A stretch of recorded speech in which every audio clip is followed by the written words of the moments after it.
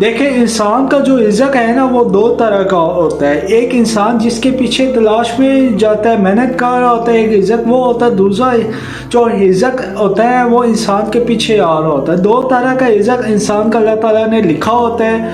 تو اب جو انسان محنت کرتا ہے، کماتا ہے، تو وہاں سے ہے نا کھاتا ہے، وہ اس کا ہے نا وہ بڑا رزق ہے جس کے پیچھے انسان خود بھاگ کے جاتا ہے. انسان کی ایک واحد ایسی مخلوق ہے اللہ کی جو محنت کر کے کھاتی ہے. اس کے علاوہ جتنے بھی مخلوق ہے اللہ کی وہ بغیر محنت کے کھاتے ہیں.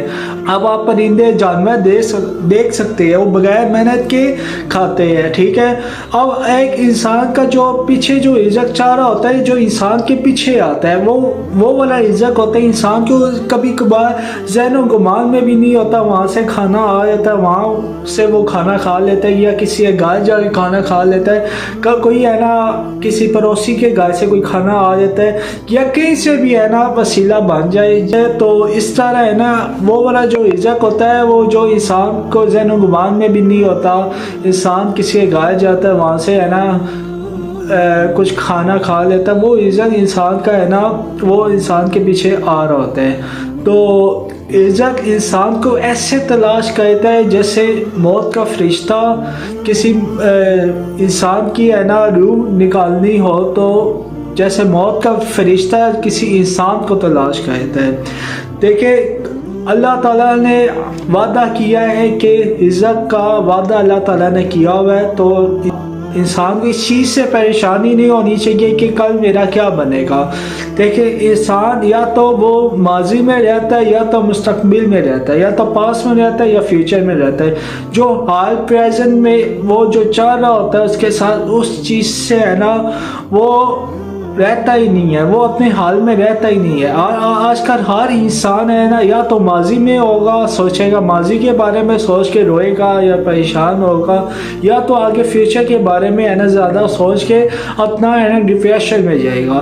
ہمیشہ انسان کو ہے نا اپنے پریزنٹ میں رہنا چاہیے. جو ہے نا ٹائم گزر ہے، جو ٹائم ابھی آپ اور میں ابھی گزار رہے ہیں، اس ٹائم میں رہنا چاہیے انسان کو. اس کے علاوہ دیکھیے رزق کا وعدہ تو اللہ تعالیٰ نے کیا ہے. اللہ تعالیٰ تو کالے پتھر کے نیچے جو کالا کیڑا بھی ہوتا ہے اس کیڑے کو بھی ہے نا اللہ تعالیٰ رزق عطا کرتے ہیں. یہ جو سمندر کے اندر ویل مچھلی ہوتی ہے، ایک دن میں کتنے ٹن ہے نا گوشت کھاتی ہے، آپ کو پتہ ہے اس چیز کا. تو یہ جو شیر ہوتے ہیں ایک گوشت وغیرہ کھاتے ہیں جنگل میں. تو اس کا جو نظام جو اللہ تعالیٰ نے بڑا خوبصورت قسم کو بنایا ہے، یہ اللہ تعالیٰ نے بنایا. کوئی انسان کسی کو کچھ بھی نہیں کھلا سکتا جب تک اللہ تعالیٰ کی توفیق نہ ہو. جب کسی کے گھر مہمان آتے ہیں تو اللہ تعالیٰ بڑے خوش ہوتے ہیں. تو کسی کے گھر مہمان آنا بھی نعمت ہوتی ہے، وہ اپنے نصیب کا رزق کھاتا ہے تو اللہ تعالیٰ اتنے اس سے ہے نا خوش ہوتے ہیں، راضی رہتے ہیں. ہمیشہ ہے نا دوسروں کو کھلانا چاہیے. تو جتنا آپ کھلائیں گے دوسروں کو اتنا اللہ تعالیٰ آپ کے عزت میں اضافہ کرے گا. تو آج کی ویڈیو اس ٹاپک پر تھی. تو امید کروں گا یہ ویڈیو آپ کو اچھی لگی ہوگی. اگر ویڈیو اچھی لگی ہے تو اس ویڈیو کو لائک کر دینا.